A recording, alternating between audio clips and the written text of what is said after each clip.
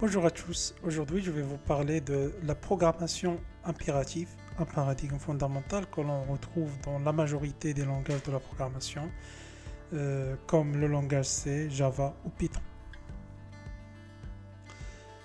Commençons par poser la question qu'est-ce que la programmation impérative? La programmation impérative consiste à décrire les étapes à suivre pour accomplir une tâche. On écrit une séquence d'instructions qui vont être exécutées dans un ordre précis. On y manipule des variables, on change leur état et on utilise des structures comme les boucles ou les conditions. Voici un exemple très simple en pseudocode.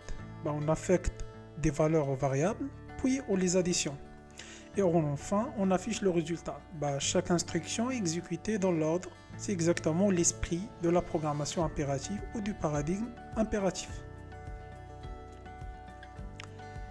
Parlons maintenant des caractéristiques clés de la programmation impérative. Bien sûr, la programmation impérative repose sur les instructions séquentielles, l'utilisation des variables mutables et le contrôle de flux d'exécution grâce à des structures comme les conditions ou les boucles. Bien sûr, si on parle sur le langage impératif, de nombreux langages sont impératifs par nature, comme C ou Fortran.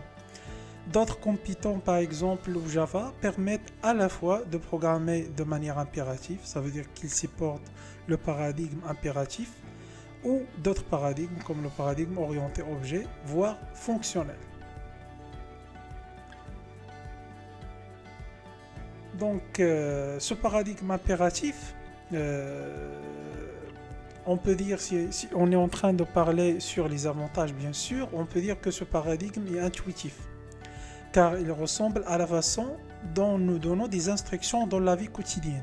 Donc il offre aussi un contrôle total, ça veut dire des instructions de contrôle, bien sûr qui vont nous aider à contrôler le déroulement du programme, ce qui est parfois essentiel. Par contre, il y a d'autres inconvénients pour ce paradigme impératif.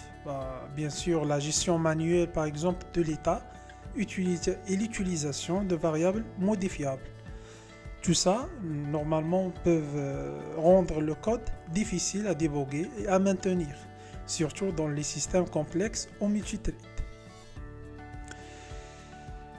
Voici un tableau comparatif. Donc, contrairement à la programmation fonctionnelle qui évite par exemple de modifier l'état ou la programmation déclarative qui se concentre sur le résultat final, l'approche impérative est procédurale et étape par étape.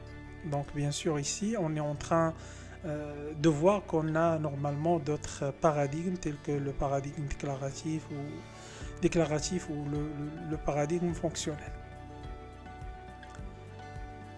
Donc, en résumé, la programmation impérative est essentielle à connaître, surtout pour débuter. Donc, elle sert de base à de nombreux autres paradigmes et langages. Ça veut dire qu'on l'utilise en combinaison avec d'autres paradigmes. Cependant, il faut l'aborder avec rigueur pour éviter les pièges liés à la mutation d'état. Donc, il faut faire attention à l'utilisation des variables et au changement normalement des valeurs. Merci d'avoir suivi cette présentation et à très bientôt pour d'autres explorations techniques.